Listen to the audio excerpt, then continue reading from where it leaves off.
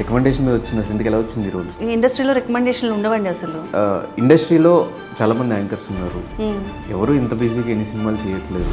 లేదా మీరు ట్రై చేశారు లేకపోతే మీకు ఏమైనా బ్యాక్గ్రౌండ్ ఉంది ఇండస్ట్రీలో? బేసిక్గా నాకు ఎలాంటి ఇండస్ట్రీ బ్యాక్గ్రౌండ్ 1% కూడా లేదు.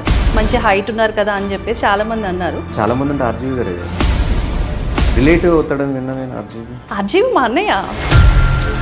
అన్నయ్య అని పిలవద్దన్నాడా? అన్నయ్య అని పిలుస్తారా మీరు? అల్లు అర్జున్ గారు ఉన్నారు, ఆయన చూస్తే ఒక క్రష్ ఉంది. నాగార్జున గారు ఉన్నారు, ఆయన నాకు మంచి డ్రీమ్ బాయ్. సో అలాగే రామ్ గోపాల్ వర్మ అన్నయ్య. అబద్ధం అనిపిస్తుంది నాకు. సో బేసిక్గా నేను అలాంటి క్యారెక్టర్స్ మా అన్నయ్య నన్ను ఒప్పుకోరేమో అని నా ఒపీనియన్. ప్రభాస్ మరదలు లక్కీ వర్మ అని చెప్పి ఇన్స్టాగ్రామ్ అకౌంట్ కూడా రాజుగారు రాజుగారు అమ్మాయి లక్కీ వర్మ. లక్కీ వర్మ రాజుగారు అమ్మాయి లక్కీ వర్మ అంటే మరదలు అన్న టాక్ ఎందుకు వచ్చింది? మరదలు అనే టాక్ కోసం మీరే క్రియేట్ చేసుకున్నారా?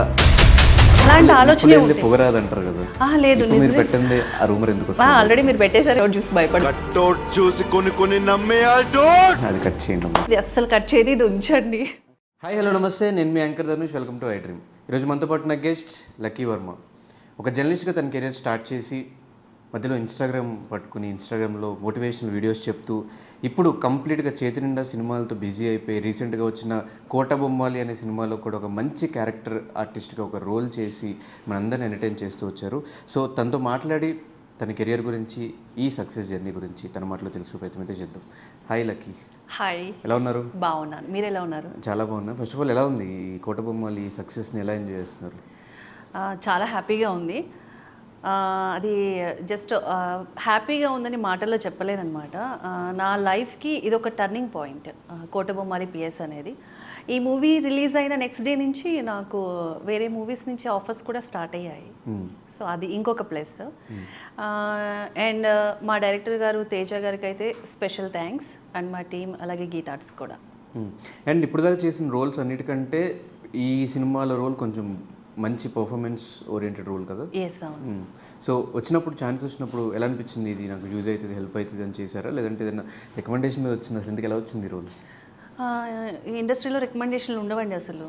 బట్ మనం ఎవరైనా తెలిసిన వాళ్ళని మనం ఒకవేళ రికమెండ్ చేసినా కానీ డైరెక్టర్ ఏంటి అంటే ఆ క్యారెక్టరైజేషన్కి అసలు వీళ్ళు సూటబుల్లా కాదా అని చూస్తారు. ఓకే, సూటబుల్ అయితే ఒక ఆడిషన్ తీసుకుంటారు. ఆ ఆడిషన్లో మన పర్ఫార్మెన్స్ ఓకే అనుకుంటేనే అప్పుడు ఫైనలైజ్ చేస్తారనమాట. అయితే నాకు తెలిసిన ఒక మేనేజర్ కాల్ చేసి చెప్పారు, ఇలా ఆడిషన్స్ జరుగుతున్నాయి ఒక మూవీకి, గీతార్ట్స్ వాళ్ళది. సో ఒకసారి ట్రై చేయండి, వెళ్ళండి మేడం అని చెప్తే నేను వెళ్ళాను. వెళ్ళాక వాళ్ళు సో ఇలా శ్రీకాంత్ గారి వైఫ్ క్యారెక్టర్ అని చెప్పేసి అన్నారు.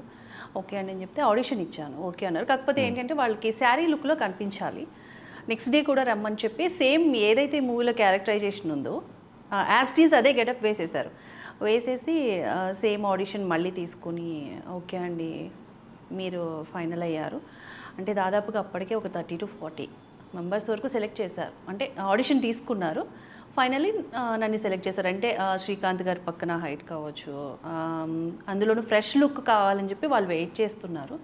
సో అలా ఫైనల్ అయినాయి. శ్రీకాంత్ గారితో వర్కింగ్ ఎక్స్పీరియన్స్ ఎలా ఉంది? శ్రీకాంత్ గారితో అంటే అంత సీనియర్ మోస్ట్ యాక్టర్తో యాక్టింగ్ అనేసరికి కొంచెం మనకు కూడా ఫియర్ ఉంటుంది. అందులోనూ ఆయన ఆ పోలీస్ గెటప్ కొంచెం ఆ లుక్ చూసేసరికి నాకు కొంచెం ఫియర్ అనిపించింది. బేసిక్గా మనం యాంకరింగ్ చేసేటప్పుడు ఏదైనా ఒక విషయం చెప్పినప్పుడు వెంటనే మైండ్లో పెట్టుకుంటాం, మళ్ళీ వెంటనే అడిగేస్తాం, చేసేస్తాం, అంత ఈజీ ఉంటుంది. కానీ అక్కడికి వెళ్ళేసరికి ఒక డైలాగ్ ఏదైతే ఉందో మర్చిపోయాను. అంటే గుర్తుంది, బట్ శ్రీకాంత్ గారిని చూసేసరికి ఏ అని కేకేసేసి ఒక డైలాగ్ ఉంటుంది కదా, పిలుస్తారు కదా, చెప్పండి అని బయటకు వస్తాను. బయటకు రాగానే డైలాగ్ మర్చిపోయాను అనమాట. సో డైరెక్టర్ గారు వచ్చి ఏమైందండి అంటే ఏం లేదు సార్ అని చెప్పేసి అన్నాను. శ్రీకాంత్ గారు చేసేది ఏముంది అని చెప్పేసి కొంచెం అట్లా అనేసరికి ఓకే అని చెప్పి నెక్స్ట్ టేక్ ఓకే అయిపోయింది. సో అలా సో బాగా సపోర్టివ్గా ఉన్నారు. అండ్ ఇంకోటి, ఇండస్ట్రీలో చాలామంది యాంకర్స్ ఉన్నారు, ఎవరు ఇంత బిజీగా ఎన్ని సినిమాలు చేయట్లేదు.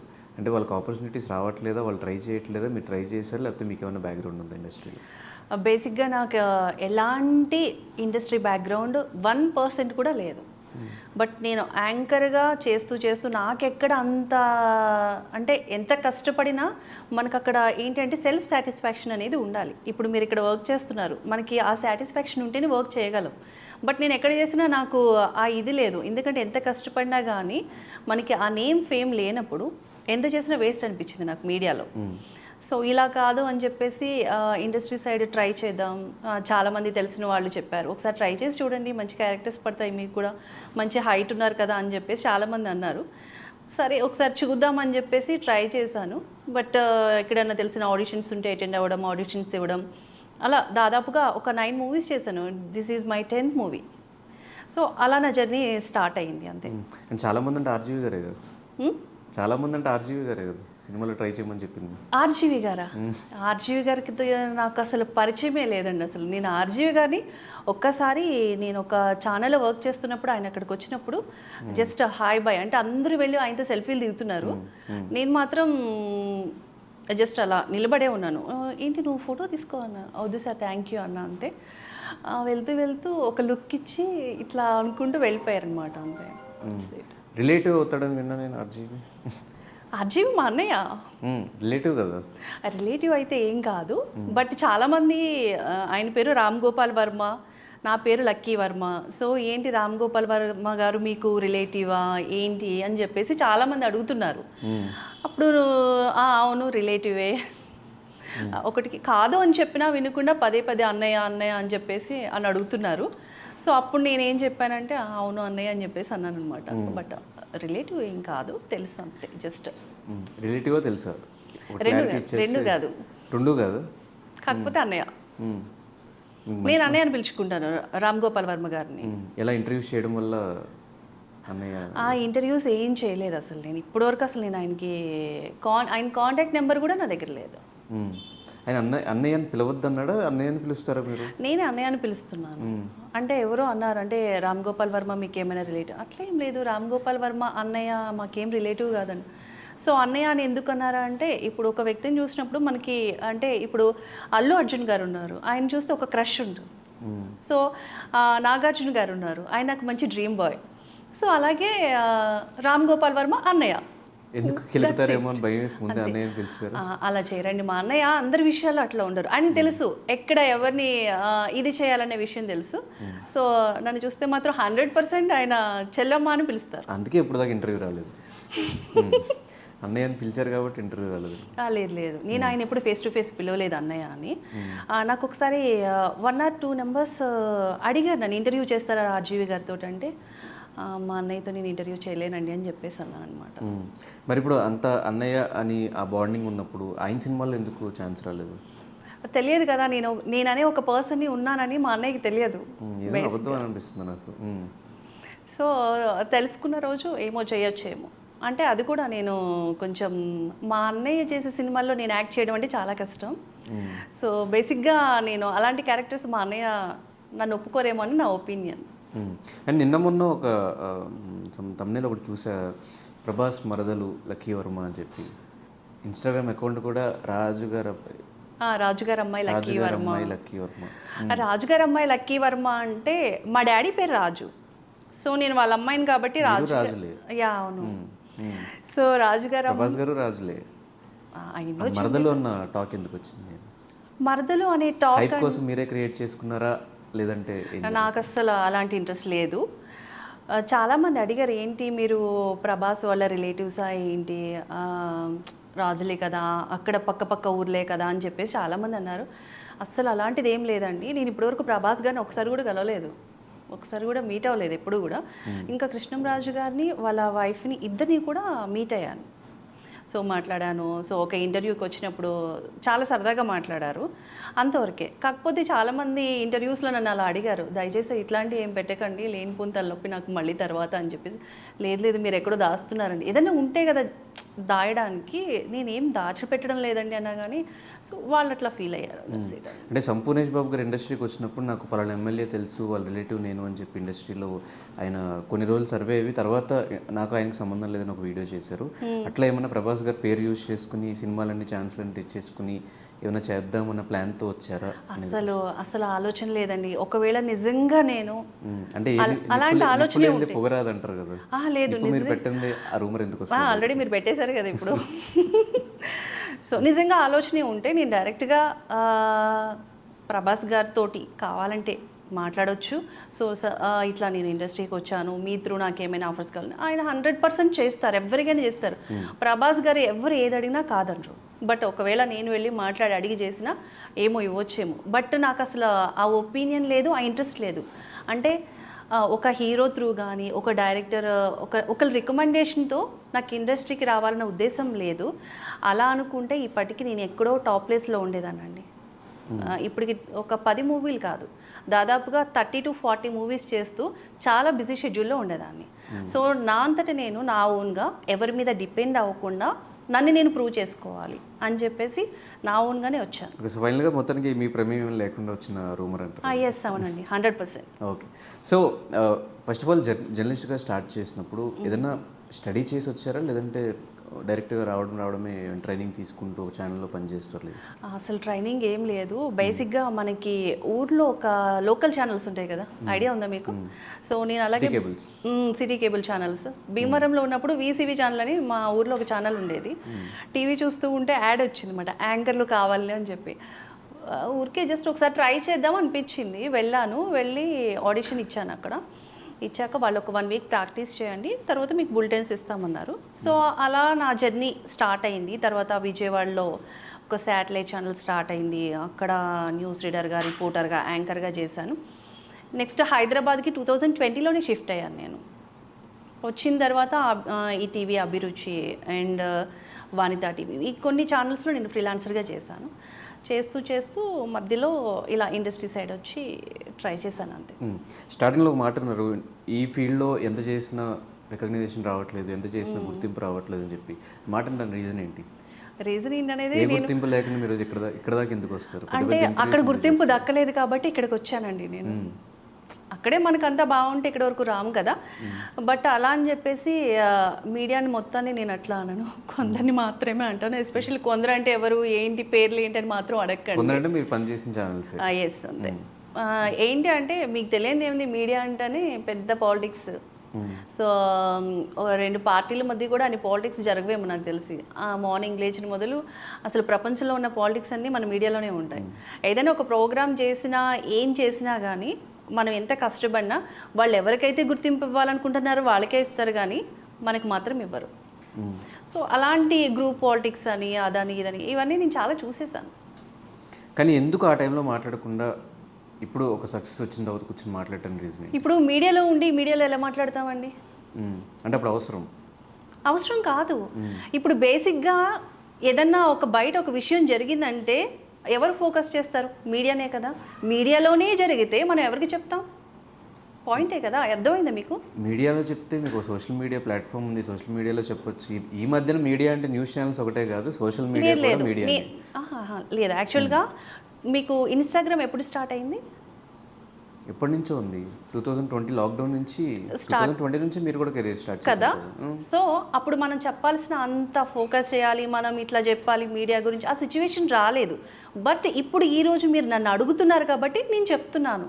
లేదంటే నేను కావాలని చెప్పి ఒక సోషల్ మీడియాలోకి వెళ్ళి సో మీడియా ఇలాగా మీడియా అలాగా మాట్లాడాల్సిన అవసరం లేదు. దేనికైనా ఒక సమయం సందర్భం అంటూ వస్తుంది, అప్పుడే మాట్లాడాలి. సో నాకు ఇప్పుడు సమయం సందర్భం వచ్చింది కాబట్టి నేను మీ ముందు మాట్లాడగలుగుతున్నాను. ఎలా వచ్చింది అనేది నా పాయింట్. అంటే ఒకప్పుడు మీరు మాట్లాడకపోవడానికి రీజన్ మీకు మీడియాతో ఉన్న అవసరం, మీకు నాకు అసలు మీడియా ఆపర్చునిటీస్ లేనప్పుడు మాట్లాడారు కాబట్టి ఆబ్వియస్గా. లేదండి, ఇప్పుడు మనం మార్నింగ్ లేవగానే ఇండస్ట్రీ మీద పడి ఇండస్ట్రీ నాదని ఇదని అంటూ ఉంటాం. మీరు కూడా అట్లాగే అన్నారు. ఓకేనా, యాంకర్గా చేసినప్పుడు కూడా అంటాం. ఇప్పుడు ఏంటంటే ఇప్పుడు నేను ఒక ఇండస్ట్రీ సైడ్ వచ్చాను, ఒక మూవీ చేశాను, ఆ మూవీ హిట్ అయింది, మీరు పిలిచారు, ఇంటర్వ్యూ చేశారు. సో మీరు అడిగిన క్వశ్చన్కి నేను ఆన్సర్ చేశాను. ఇక్కడ అంటే మీరు ఇంతకు ముందు అన్నారు కదా మీడియాలో ఏదో ప్రాబ్లం అని అడిగారు కాబట్టి నేను చెప్పా. మీరు అడగకపోతే నేను ఆన్సర్ చేయను. అసలు చెప్పాను మీడియా గురించి. తట్టుకోలేకపోయాను అన్న మాటలు మాట్లాడారు కాబట్టి నేను అడగాల్సి వచ్చింది, అందుకే చెప్పారు. అవును, 100%. మీరు ఒప్పుకుంటారా? మీరు ఒప్పుకోరా మీడియాలో పాలిటిక్స్ లేవని? నేను ఒప్పుకోరు, ఎందుకంటే అక్కడ కూర్చున్నారు కాబట్టి. ఎక్కడ కూర్చున్నా నేను ఒప్పుకోరు. నాకు ఒకవేళ ప్రాబ్లం అయిందంటే ఖచ్చితంగా నేను మాట్లాడతాను. సో నేను కూడా ఇప్పుడు వచ్చింది నాకు ఆ టైం, అందుకే మీ ముందు మాట్లాడుతున్నాను. ఇప్పుడు నా సోషల్ మీడియాలో పెట్టాను అనుకోండి, ఎవరు చూస్తారు, ఎవరు పట్టించుకుంటారు? ఎందుకు చూడరు. ఇదే మీడియాలో ఇష్యూ అయినప్పుడు చాలామంది బయటకు వచ్చి మాట్లాడిన రోజులు ఉన్నాయి. రీసెంట్గా 2 యాంకర్స్ వేరు ఛానల్స్ యాంకర్స్ ఇద్దరు కొట్టుకుని సెల్ఫీ వీడియోలు తీసుకుని పెట్టుకున్న వీడియోస్ కూడా ఉన్నాయి. యా అవును. ప్రాబ్లం వచ్చినప్పుడు అందరూ చెప్పుకుంటున్నారు కదా, మీరు ఎందుకు చెప్పుకోలేదు? అండ్ ఇంకోటి, మీరు చేసిన ఛానల్స్ అన్నింటిలో మీకు ఎక్కువ ప్రిఫరెన్స్ ఇచ్చారు. పెద్ద పెద్ద ఇంటర్వ్యూస్ మీరు చేయడం జరిగింది, రోజా గారిది కానీ పవన్ కళ్యాణ్ గారిది కానీ. అవన్నీ ఫ్రీలాన్సింగ్ అండి, అవన్నీ ఫ్రీలాన్సింగ్, ఎలాగైనా జస్ట్ ఫ్రీలాన్సింగ్. అంటే ఫుల్ టైం అయితే కాదు, ఫుల్ టైం చేసిన ఛానల్లో కూడా అంటే ఎక్కడైనా ఉంటాయి రాజకీయాలు. అండ్ మీకు మేనేజర్ కాంటాక్ట్స్ ఇవన్నీ వచ్చినాయి కూడా మీడియా వల్లే? లేదు. ఎలా వచ్చినాయి మరి? అది రాంగ్ అండి, అది చాలా రాంగ్. మనం మీడియా నుంచి వచ్చాం కదా అని చెప్పేసి మనకి కాంటాక్ట్స్ ఎవరు ఇవ్వరు. నాకు అసలు జీరో కాంటాక్ట్స్. అసలు విజయవాడ అంటే మీకు ఏముంటుందండి అక్కడ అంత ఫస్ట్ ఫిల్మ్ ఆపర్చునిటీ ఎలా వచ్చింది? యాక్చువల్గా నేను, మనకి తెలిసిన ఫ్రెండ్స్ ఎవరో ఒకళ్ళు ఉంటారు కదా, సో పలానా చోట ఒక మూవీ ఆడిషన్ జరుగుతుంది అని చెప్పేసి. ఫ్రెండ్స్ ఇంటూ ఇండస్ట్రీ కదా, ఫ్రెండ్స్ ఇంటూ ఇండస్ట్రీ కదా. ఫ్రెండ్స్ అంటే ఇండస్ట్రీ అంటే వాళ్ళు కూడా మనకులాగా ఉన్న వాళ్ళే. ఇప్పుడు నాలాగే వాళ్ళు కూడా కొత్తగా ట్రై చేస్తున్న వాళ్ళే, ఇండస్ట్రీ మీడియా వాళ్ళే, ఆ కాంటాక్ట్సే కదా అంటున్నారు. మీడియా అంటే మీడియా కాదండి, వాళ్ళు ఇండస్ట్రీలో ఉన్న పీపులే. వాళ్ళు కొత్తగా ఎంట్రీ ఇచ్చారు, వాళ్ళకి మీడియాకి వాళ్ళకి ఎలాంటి సంబంధం లేదు, వాళ్ళు నార్మల్ పీపులే. బట్ వాళ్ళు కూడా అప్పుడే ట్రై చేస్తున్నారు. ట్రై చేస్తున్నప్పుడు నాకు చెప్పారనమాట, సో నేను ఇలా ఆడిషన్కి వెళ్తున్నాను, పలానా మూవీ స్టార్ట్ అవుతుంది అంటే, ఓకే ఒక్కసారి వాళ్ళ కాంటాక్ట్ నాకు కూడా ఇవ్వండి, నేను కూడా ట్రై చేస్తానంటే. సో అట్లా స్టార్ట్ అయింది. ఒక్క మూవీ నుంచి మన జర్నీ స్టార్ట్ అయితే వాళ్ళ త్రూ మనకి కొన్ని ఆఫర్స్ అనేవి ఈజీగా వస్తాయి. ఓకే, ఇప్పుడు మీడియాలో ఉన్నప్పుడు సినిమా గురించి మనం నెగిటివ్గా మాట్లాడతాం, సినిమా గురించి రివ్యూస్ ఇస్తాము, సినిమా గురించి క్వశ్చన్స్ కొంచెం నెగిటివ్గా అడుగుతాం జరుగుతుంది. ఇండస్ట్రీలో ఉన్నప్పుడు ఇండస్ట్రీ వాళ్ళు ఇన్నర్ సర్కిల్లో మీడియా గురించి కూడా నెగిటివ్గా మాట్లాడుకుంటారు. అట్లా ఈ రెండిట్లో కూడా మీరు చూసారు కాబట్టి డిఫరెన్స్ ఏంటి? అలాంటి మాటలు ఏమన్నా విన్నారా, మాట్లాడారా? డిఫరెన్స్ అంటే మీడియా వేరు, ఇండస్ట్రీ వేరండి. మీడియా అంటే ఏదైనా అంటే ఇప్పుడు ఒక మంచిని చూపించాలన్నా మీడియా తర్వాతనే, ఆ మంచిని చెడ్డగా చూపించాలన్నా మీడియా తర్వాతనే, బతుకున్న వాళ్ళని చంపేయాలన్నా, చచ్చినోడిని బతికించాలన్నా మన మీడియా తర్వాతనే. ఇంకా ఇండస్ట్రీకి వచ్చేసరికి అదంతా పెద్ద మహాసముద్రం అండి. ఇండస్ట్రీ గురించి మనం మాట్లాడలేం. అందులోనూ నేను ఇప్పుడిప్పుడే వచ్చాను కాబట్టి నాకు ఇండస్ట్రీ గురించి మాట్లాడేంత స్థాయి లేదనుకుంటున్నాను నేనైతే. ఎందుకంటే మీడియాలో అంటే నాకు కొంచెం అనుభవం ఉంది కాబట్టి మాట్లాడగలుగుతాను, ఎక్స్పీరియన్స్ ఉంది కాబట్టి. మీడియాలో చేసేటప్పుడు ఇండస్ట్రీ మీద మీ ఒపీనియన్ ఏంటి? ఇప్పుడు ఏం చేంజ్ అయింది అని అడుగుతాను. నాకు ఇండస్ట్రీ గురించి అంటే మనం చాలా వింటూ ఉంటాం కదా, సో క్యాస్టింగ్ కోచ్ అని లైక్ ఇవన్నీ వింటూ ఉంటాం. ఏంటి ఇవన్నీ ఉంటాయా ఉండవా, అసలు ఏం జరుగుతుంది ఇండస్ట్రీలో అనేది నాకు ఒక డౌట్ ఉండేది. బట్ ఇండస్ట్రీకి వచ్చాక నాకు అర్థమైంది లేదని నేను అన్నాను, నేను ఫేస్ చేయలేదని అంటాను. ఓకే, నేను ఫేస్ చేయలేదు. ఇప్పుడు ఏదైనా మనం ఫేస్ చేస్తే అవును ఉన్నాయని చెప్పగలం. మనం ఏం ఫేస్ చేయకుండా ఎవరో ఏదో చెప్పారు కదా మనం కూడా చెప్పాలనే ఉద్దేశంతో చెప్పడం అనేది కరెక్ట్ కాదు. సో నేను ఫేస్ చేయలేదు. ఫేస్ చేయలేదు కాబట్టి లేదనుకుంటున్నారు అంతేనా? లేదనుకోవడం కాదు, ఎందుకంటే చాలామంది చెప్తున్నారు మేము క్యాస్టింగ్ కోచ్ ఫేస్ చేసామని చెప్పి చాలామంది చెప్తున్నారు. బట్ వాళ్ళ ఫేస్ చేసి ఉంటేనే కదా వాళ్ళు చెప్పేది. బట్ నేను ఫేస్ చేయలేదు కాబట్టి చేయలేదని చెప్తున్నాను అంతే. స్టార్టింగ్ కదా, అందుకే ఇంకేం ఫేస్ చేయలేదు ఒక్కళ్ళు కూడా లేదండి అస్సలు. అందులో మన కట్అవుట్ చూసి భయపడతారు.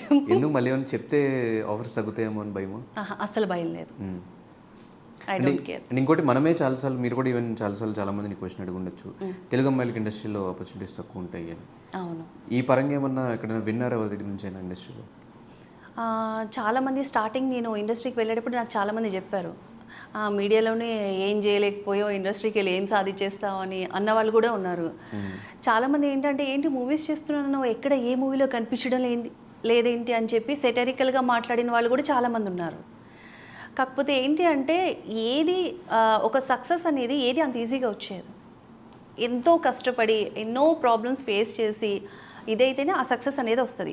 చాలామంది ఏంటి అంటే ఇండస్ట్రీకి వెళ్ళగానే మనకి ఏం కూర్చోబెట్టి రెడ్ కార్పెట్ వేసేసి ఆఫర్స్ ఇచ్చారండి. దానికి చాలా కష్టపడాలి మనం. ఇప్పుడు ఏదైనా ఒక క్యారెక్టరైజేషన్ ఉందంటే దానికి మనం సూటబుల్ అయితేనే తీసుకుంటారు. మీరు అన్నట్టు రికమెండేషన్లు ఉండవు, ఏమి ఉండవు అసలు. ఎంత పెద్ద స్టార్ హీరో కొడుకైనా కానీ ప్రూవ్ చేసుకోవాలి జనాల్లో. చాలామంది అనుకుంటారు, అరే ఆయన పెద్ద స్టార్, వాళ్ళ కొడుకు ఇండస్ట్రీకి వచ్చేసాడు, మంచి ఆఫర్స్ ఇచ్చేసాడు. అదంత ఈజీ కాదండి. ఎంత స్టార్ కొడుకైనా సరే ఆ క్యారెక్టరైజేషన్ని ప్రూవ్ చేసుకోవాలి. జనాలు దాన్ని మెచ్చుకుంటేనే ఆ సినిమా హిట్ అవుతుంది. ఆ క్యారెక్టరైజేషన్కి తగ్గట్టుగా ఆ హీరోకి ఒక నేమో ఫేమో వస్తుంది. అది చాలామందికి తెలియదు. ఏముంది పలానా హీరో వాళ్ళ కొడుకు వచ్చేసాడు, హిట్ అయిపోయింది మూవీ అనుకుంటు. వాళ్ళు పడ్డ కష్టం ఎవరికి తెలియదు బేసిక్. ఇప్పుడు ఎన్ని సినిమాలు ఉన్నాయి చేతిలో? కొత్త ఆఫర్స్ అంటారా? సో నెక్స్ట్ నాగశౌర్య గారితో ఒక మూవీ స్టార్ట్ అవుతుంది అండ్ ఇంకొక 4-5 స్టార్ట్ అయినాయి. అంటే ఈ మూవీ రిలీజ్ అయ్యాక నాకు ఒక టాప్ బ్యానర్స్ నుంచి ఈరోజు కూడా ఒక కాల్ వచ్చింది. ఒక 4 మూవీస్ మంచి క్యారెక్టరైజేషన్ అంతా ఓకే. So happy. అండ్ మీడియాలో చేసేటప్పుడు మంత్లీ ఇన్కమే మంత్లీ ఇన్కమ్ ఫ్రీలాన్సింగ్ చేసుకుంటే మనకి మంత్ అంతా యూజ్ చేసుకునే అమౌంట్ మనకు వస్తుంది. కానీ ఇండస్ట్రీలోకి వచ్చిన తర్వాత ఆపర్చునిటీస్ ఉన్నప్పుడే మనం క్యాష్ చేసుకుంటాం, డబ్బులు తీసుకుంటాం. మహా అయితే మీరు ఇప్పుడు చేసిన సినిమాలు 10 ఉన్నాయా? 10 సినిమాలు, మీ చేతిలో 4 ఉన్నాయి. తర్వాత ఏంటి, ఈ 10 సినిమాలు చేసేటప్పుడు ఫినాన్షియల్గా ఏమైనా స్ట్రగుల్ పడిన సందర్భాలు ఉన్నాయా? కొంచెం ఉంటుంది. సో మీడియా అంటే మనకి మంత్లీ ఇన్కమ్ ఉంటుంది, బట్ ఇండస్ట్రీలో అట్లా కాదు. కాకపోతే ఏంటి అంటే ఇక్కడ మీడియాలో మనం ఒక 1 మంత్ సంపాదించేది నేను ఇక్కడ 2 డేస్లో తీసుకుంటున్నాను. స్టార్టింగ్ అంత ఎక్కువ ఇస్తున్నారా? స్టార్టింగ్ కాదు, ఇప్పుడు. స్టార్టింగ్ అయితే ఒక 5 డేస్ పట్టేది. అంటే మీడియాలో ఒక 1 మంత్ అంతా కష్టపడింది నేను, ఇండస్ట్రీలో 5 డేస్లో వచ్చేది నాకు ఆ ఇన్కమ్. అంటే మనకి లైక్ ఇక్కడ మంత్లీ శాలరీ ఉంటుంది కదా, అక్కడ డేస్ వైజ్ ఉంటుంది అన్నమాట. ఎంత వచ్చేది మంత్లీ? పర్లేదు, ఓకే. అంటే పర్లేదంటే ఎంత? అంటే పర్లేదు, నా ఖర్చులకి అంతా కరెక్ట్గా వచ్చేది, సరిపోయేది. అంటే శాటిలైట్లో శాలరీస్ కొంచెం తక్కువ ఉంటాయి. అందుకే ఎంత అని అడిగా. వద్దులేండి. ఓకే, ఇప్పుడు ఎట్లా ఉంది ఫినాన్షియల్గా? హ్యాపీ. ఒకవేళ 4 సినిమాలు అయిన తర్వాత మళ్ళీ ఆపర్చునిటీస్ రాకపోతే? ఆపర్చునిటీస్ రావు అని ఎప్పుడు అనుకోవద్దు. ఒకవేళ రాకపోతే చెడు ఆలోచించి మంచి ఆలోచించమంటారు కదా. అలా వచ్చారా? ఓకే. మేలించు ఏం లేదు, యూట్యూబ్ ఛానల్ ఉంటుంది కదా మనకంటూ, ప్రతి ఒక్కరికి ఈ రోజులో యూట్యూబ్ ఛానల్. సో దాన్ని ఇంప్రూవ్మెంట్ చేసుకుంటాను చాలు. మళ్ళీ మీడియా సైడ్కి వెళ్ళే ఛాన్స్ అయితే లేదు అసలు. కల్లో కూడా ఆలోచన రాదు, వచ్చినా పోను. జస్ట్ ఓన్లీ ఫ్రీలాన్సింగ్ వరకే ఉంటాను. ఏ మీడియా ఛానల్లో ఎక్కడ నేను పర్మనెంట్గా ఎక్కడ వర్క్ చేయను. తెలిసి మీరు మాట్లాడిన మాటలు వాళ్ళు కూడా తీసుకోరేమో. ఎందుకు? మీడియాలో పాలిటిక్స్ ఉంటాయి, మీడియా అది ఇదని మాట్లాడితే ఎవరు తీసుకుంటారు మళ్ళీ? తీసుకుంటే తీసుకోండి, తీసుకోలేకపోతే తీసుకోలేకపోతే. నిజాలు నిర్భయంగా మాట్లాడాలండి. నేను మీడియా నుంచి వచ్చా, నేను కూడా ఒకప్పుడు న్యూస్ రీడర్. నిజాలు మాట్లాడాలి కదా, ఉన్నట్టుగా మాట్లాడాలి. కానీ ఒకప్పుడు ఆ ప్లాట్ఫామ్ యూజ్ చేసుకున్నారు కదా, ఒకప్పుడు ఆ ప్లాట్ఫామ్ మీకు బేస్ క్రియేట్ చేసింది కదా. ఆ బేస్ క్రియేట్ చేసింది, నేను కాదనడం లేదు. బట్ ప్రాబ్లమ్స్ కూడా ఫేస్ చేశాను. సో ఆ ప్రాబ్లమ్స్ కూడా ఏ ఇండస్ట్రీలో ప్రాబ్లమ్స్ లేవు? ఏ ఇండస్ట్రీలో ప్రాబ్లమ్స్ లేవు? అన్ని చోట్ల ఉంటాయండి ప్రాబ్లమ్స్. లేనిది ఎక్కడ? మనిషి అన్నాక ఫస్ట్ స్టార్ట్ అయ్యేదే ప్రాబ్లం. కాకపోతే ప్రతి ప్రాబ్లం వెనుక ఒక సక్సెస్ అనేది మాత్రం 100% ఉంటుంది. సో నేను అన్నీ ఫేస్ చేసి వచ్చాను, ఈరోజు సక్సెస్ని ఎంజాయ్ చేస్తున్నాను. హోప్ఫుల్లీ ఇదే కంటిన్యూ అవ్వాలనుకుంటున్నా. సో ఏదైతే ఒకవేళ సినిమాలు కాకపోతే నేను మీడియాలోకి వస్తాను, అదే యూట్యూబ్ ఛానల్ పెట్టుకున్నాను, ఈ ఇన్స్టాగ్రామ్ స్టార్ట్ చేయాలి, ఇన్స్టాగ్రామ్లో ఈ మోటివేషనల్ వీడియోస్ చెప్పాలి అన్న థాట్ ఎవరిది? అదంతా ఓన్గా మీరు ఫేస్ చేసిన సిచ్యువేషన్స్ అన్నిటిని ఏమైనా అందులో పెడుతున్నారా, లేదంటే గూగుల్లో దొరికే కొటేషన్స్ అవన్నీ కాపీ పేస్ట్ అవి? నేను యాక్చువల్గా స్టార్టింగ్ అందరికిలాగే చేసేదాన్ని. ఇన్స్టాగ్రామ్లో రీల్స్, ఏదైనా ఒక సాంగ్ వస్తే లిప్ సింగ్ చేయడం, ఎక్స్ప్రెషన్స్ ఇవ్వడం అలా చేసేదాన్ని. బట్ నాకు యాక్చువల్గా ఒక 8 months 9 months back 2K followers ఉండేవాళ్ళు. అయితే ఇలా కాదు, కొంచెం అందరిలా చేస్తే మనకి ఎక్కడ వాల్యూ గుర్తింపు అనేది లేదు, కొంచెం డిఫరెంట్గా ట్రై చేద్దామని చెప్పేసి నేను ఓన్గా, చాలా మటుకి ఓన్గా కొన్ని ఏంటంటే, మనం ఎక్కడైనా కొన్ని క్వైట్స్ చూస్తూ ఉంటాము, అవి చూసినప్పుడు అందులోంచి కొన్ని తీసుకుని, సో నాకు తెలిసింది కొన్ని యాడ్ చేసి, సో అలా ఓన్గా ఒక 15 seconds అలా ఒక వీడియోస్ చేసి అప్డేట్ చేయడం అలా జరిగింది. సో మంచి రెస్పాన్స్ వచ్చింది. చాలామంది నా ఇన్స్టాగ్రామ్ త్రూ కొందరు హీరోస్ కానీ సెలబ్రిటీస్ కానీ చూసినప్పుడు నువ్వు రాజుగారి అమ్మాయి లక్కీ వర్మ కదా అన్నప్పుడు అదొక హ్యాపీనెస్. సో అదే మా మోటివేషన్ వీడియోస్ పర్సనల్గా ఎక్స్పీరియన్స్ ఏం లేదు మీకు. ఇప్పుడు ప్రతిదానికి ఎక్స్పీరియన్స్ అవసరం లేదు. ఇప్పుడు మన చుట్టూ కొందరు ఫ్రెండ్స్ ఉంటారు, ఇలా జరిగిందని కానీ మనకు తెలిసిన వాళ్ళు కానీ చెప్తూ ఉన్నప్పుడు మనం వింటూ ఉంటాం. కొన్ని మూవీస్ చూస్తూ ఉంటాం, వింటే అంటే అంత ఇండెప్త్గా చెప్పాం కదా, అందరూ వింటాం, అందరూ చెప్పట్లేదు కదా, మీరు చెప్తున్నారంటే ఆల్మోస్ట్ అది ఫేస్ చేసి ఉంటే ఇప్పుడు ఒక మూవీ తీస్తామండి మళ్ళీ ఉన్నది కూడా అందులో అబ్బాయి అమ్మాయి గురించి, లవ్ బ్రేకప్స్ గురించి, లవ్ గురించి ఎక్కువ మోస్ట్ ఆఫ్ ద వీడియోస్. ఎందుకంటే ఇప్పుడు జనాలు ఎక్కువ కనెక్ట్ అయ్యేది దానికే కదా.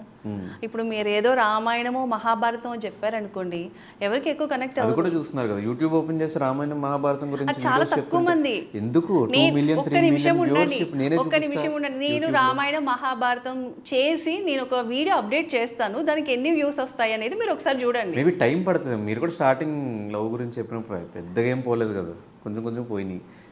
లాస్ట్కి ఇప్పుడు 1 మిలియన్ 2 మిలియన్ పోతున్నాయి, అలాగే పోతాయి అవి కూడా. ఏమో నాకు ఇది ఈజీ అనిపించింది, ఎందుకంటే రామాయణాలు మహాభారతాలు అంటే మనకు తెలియదు, అంటే మనం ఫేస్ చేసాం కాబట్టి చెప్తాం.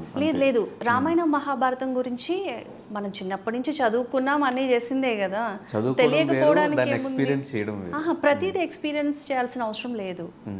ఇప్పుడు ఒక 50 years పర్సన్ ఉంటారు, పెద్దవాళ్ళు ఉంటారు మన ఇంట్లో, మా ఎక్స్పీరియన్స్ అంత లేదు మీ వయసు అంటారు. బట్ మనం ఒక 25 yearsకే 50 years ఎక్స్పీరియన్స్ కూడా వస్తుంది మనకి, ఎందుకంటే సిచ్యువేషన్స్, మనం ఫేస్ చేసిన ప్రాబ్లమ్స్, స్ట్రగుల్స్ చాలా ఉంటాయి. ఒక్కొక్కసారి మనం చిన్నవాళ్ళమైనా కానీ పెద్దవాళ్ళకి సజెషన్స్ ఇస్తూ ఉంటాం, అవునా కదా. కొన్ని సందర్భాల్లో నేను చాలామందికి ఇచ్చా అట్లా, అంటే నా ఏజ్ చిన్నదే అయినా కానీ పెద్దవాళ్ళకి కూడా మనం సమ్ టైమ్స్ సజెషన్స్ ఇస్తాం. అలా అని చెప్పి మనకి ఎక్స్పీరియన్స్ అనుకోవాలా, అది మనం అవన్నీ ఫేస్ చేసే అనుకోని అవసరం లేదు కదా.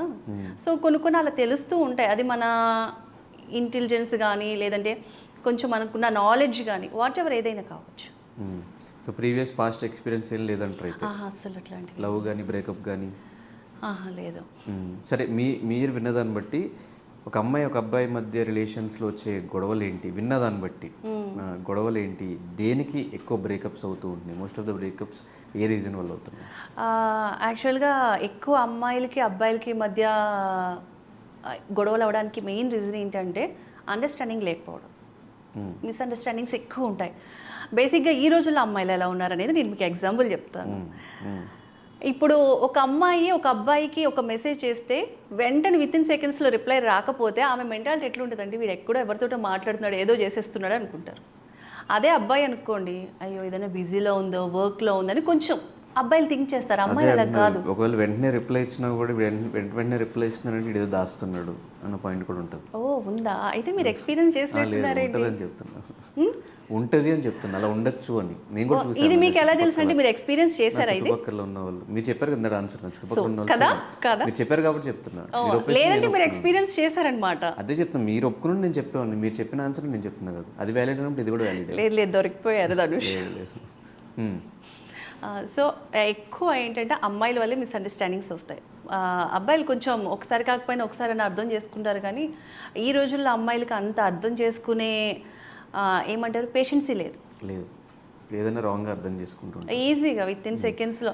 అంటే ఒక అబ్బాయి ఎక్కువగా బాధపడడానికి కారణం అమ్మాయి, అర్థమైందా? సో అదే బాధ మర్చిపోవాలనుకున్న దానికి కారణం కూడా అమ్మాయే. ఆ అబ్బాయి ఆ బాధ మర్చిపోయేలా చేసేది కూడా ఒక అమ్మాయి. నేను అప్లోడ్ చేసిన రిలేక్ ఇది. ఓకే, మొత్తానికి ఎక్కువ ప్రాబ్లమ్స్ అన్నీ అమ్మాయిల వల్లే వస్తాయి. అంటే ఎక్కువ అనేం కాదు, కానీ ఒక 100కి 90% అమ్మాయిల వల్లే. 99% అమ్మాయిలు, 1% 99కి వచ్చేసారా మీరు? Okay done. 90కి 9కి పెద్ద తేడా ఉంది, 9 ఇంకా యాడ్. మరి అంత ఉండరు అబ్బా, కొందరు మంచి అమ్మాయిలు కూడా ఉంటారు. అదే 1% ఎక్కడ, ఒక 10% ఇద్దాం. పానకంలో పుడకలాగా ఒక సామెత మంచిదేనా, పానకంలో ముత్యంలాగా పోని ఒక అమ్మాయి ఉంటుంది. ఓకే ఓకే, ఇన్స్టాగ్రామ్లో ఇప్పుడు మా వాళ్ళ కోసం ఏదైనా ఒక మీకు బాగా నచ్చిన, మీరు బాగా ఫీల్ అయ్యి చెప్పిన ఏదైనా కొటేషన్?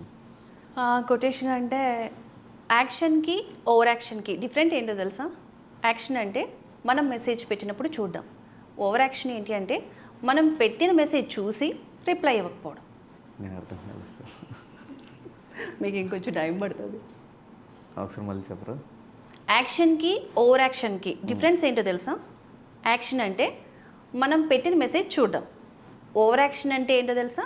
మనం పెట్టిన మెసేజ్ చూసి రిప్లై ఇవ్వకపోవడం. జస్ట్ అంటే మనం పెట్టిన మెసేజ్ చూస్తే చూస్తారు, బట్ ఏంటంటే చూసి కూడా రిప్లై ఇవ్వరు కొందరు, దాన్నే ఓవర్ యాక్షన్ అంటారు. ఇప్పుడు ఎవరికి సపోర్ట్ చేస్తున్నట్టు? నేను ఎవరికి సపోర్ట్ చేయట్లేదు అది. ఏమో బిజీగా ఉన్నాడేమో. బేసిక్గా అమ్మాయిలు మెసేజ్ చూసి కూడా రిప్లై ఇవ్వరు కదా. అమ్మాయిలా? అబ్బాయిలు కాదండి, నేను అబ్బాయిలు ఏమన్నా, బేసిక్ అబ్బాయిలు మంచోళ్ళు. అమ్మాయి కాబట్టి ఏంటి ఆడదానికి ఆడవాళ్ళ శత్రువులు. ఆడదానికి శత్రువు అవడానికి దానికి కారణం ఒక మగాడు. అవును. 100%. ఆ మగాడికి ఏం సంబంధం లేదు, వాళ్ళిద్దరే కొట్టేసి చచ్చిపోతారు. లేదు, కట్టుకోవడానికి కారణం అబ్బాయేనండి. అబ్బాయి మీద వాళ్ళు పెట్టిన ఇప్పుడు interest. అంతే కదా. ఓకే. ఓకే, ఈ లవ్ ఇవి కాకుండా ఇంకేమేమి కొటేషన్స్ ఇన్స్టాగ్రామ్ చెప్తూ ఉంటారు? సో ఆల్మోస్ట్ ఒక రిలేషన్స్ గురించి, ఫ్యామిలీస్ గురించి, లైక్ నాకు ఏదనిపిస్తే అది చేసేసి పోస్ట్ చేసేస్తూ ఉంటాను అంతే. రీచ్ వెళ్ళిపోతూ ఉంటుంది. అలా వెళ్తూ ఉంటుంది. 84K ఫ్యామిలీ, ఇన్స్టా ఫ్యామిలీ గురించి ఏం చెప్తారు? ఇన్స్టా ఫ్యామిలీ అంటే ఈ రోజుల్లో మనకి సపోర్ట్ చేసేవాళ్ళు బాగున్నారు ఇన్స్టాలో. So thank you so much నా ఇన్స్టాగ్రామ్ ఫాలోవర్స్ అందరికీ. అండ్ నెగిటివ్, సో ఎంత పాజిటివ్ ఉంటుందో అంత నెగిటివ్ ఉంటుంది. మనం పాజిటివ్ని తీసుకున్నప్పుడు సో ఆ నెగిటివ్ని కూడా తీసుకోవాలి. చాలామంది ఏదైనా ఒక నెగిటివ్ కామెంట్ పెట్టేసరికి ఇట్లా ఫీల్ అయిపోయి వెంటనే దాని కింద కామెంట్స్ పెట్టేస్తూ ఇదైపోతూ ఉంటారు చాలామంది.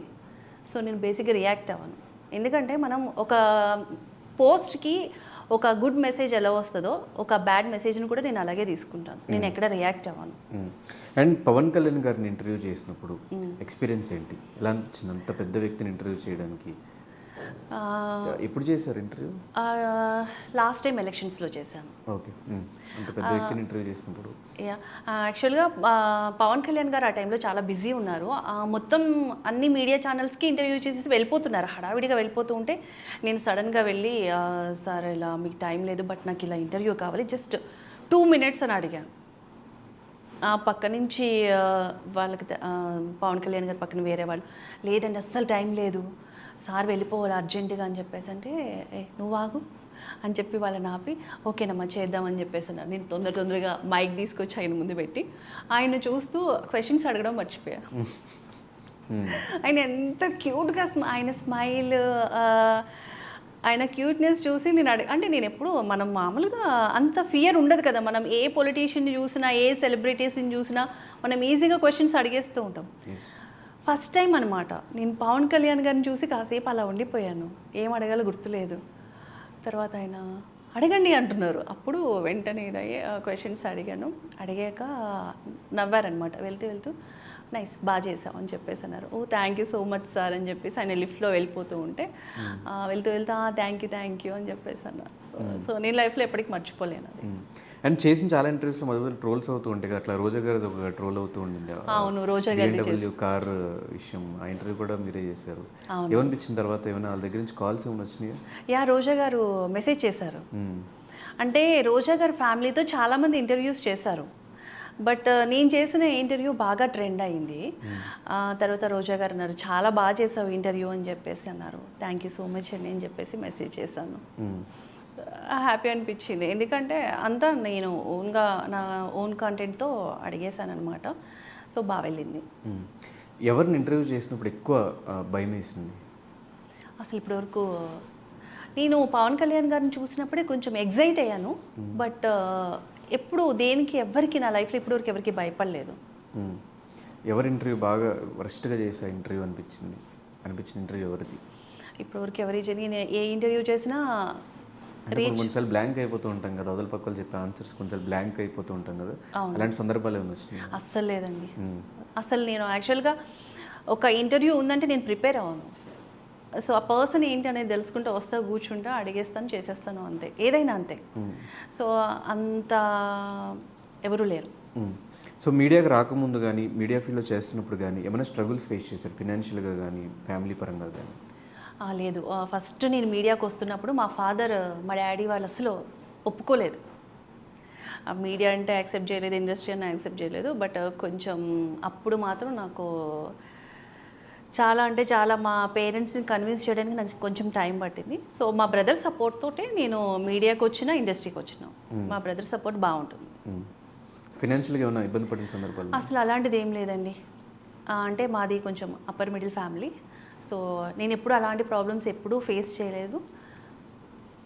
హ్యాపీ. అండ్ బోలా శంకర్లో కూడా ఒక మంచి క్యారెక్టరే పడింది, కొంచెం ఉన్నట్లో బెటరే. సో చిరంజీవి గారితో వర్కింగ్ ఎక్స్పీరియన్స్ ఎలా ఉంది? నేను ఎప్పుడు నాకు అనుకోకుండా చిరంజీవి గారి మూవీస్లో అలా కలిసి వస్తుందన్నమాట. సరే చిరంజీవి గారితో ఎక్కడైనా ఒక్క సీన్లోనే యాక్ట్ చేస్తానా అని చెప్పేసరికి అక్కడికి వెళ్ళేసరికి అటు ఇటు వెళ్ళిపోతుంది. బోలా శంకర్లో మాత్రం చిరంజీవి గారిని చూసి అమ్మయ్య చిరంజీవి గారిని చూసానన్న ఒక హ్యాపీనెస్ అయితే బాగుంది. మా షూట్ జరుగుతున్నప్పుడు చిరంజీవి గారు అక్కడే కూర్చున్నారు, చూస్తున్నారనమాట. చాలామంది ఉన్నారు పక్కన. మాట్లాడాలా వద్దా, వెళ్ళాలా వద్దా అనే ఒక టెన్షన్ ఉంది. మా డైరెక్టర్ గారు చెప్పాను, సార్ వెళ్ళొచ్చా అంటే, రండి పదండి నేను తీసుకువెళ్తానని చెప్పి తీసుకెళ్లారు. ఆయన కూర్చుని ఉన్నారు, వెంటనే లేచి నిలబడి నమస్కారం పెట్టారు. అసలు అవసరం లేదు కదా ఆయనకి, కూర్చుని నమస్కారం అమ్మ అంటే అయిపోయి, అంత పెద్ద వ్యక్తి కదా, పైకి లేచి నిలబడి మనకి నమస్కారం పెట్టాల్సిన అవసరం ఏముంది, మనది అంత స్థాయి కూడా కాదు. సంస్కారం ఎస్. నాకు చిరంజీవి గారిని చూసి అప్పుడు అర్థమైంది, చిరంజీవి గారు అంటే మనం విన్నదానికి చూసిన దానికి చాలా డిఫరెన్స్ ఉంటుంది.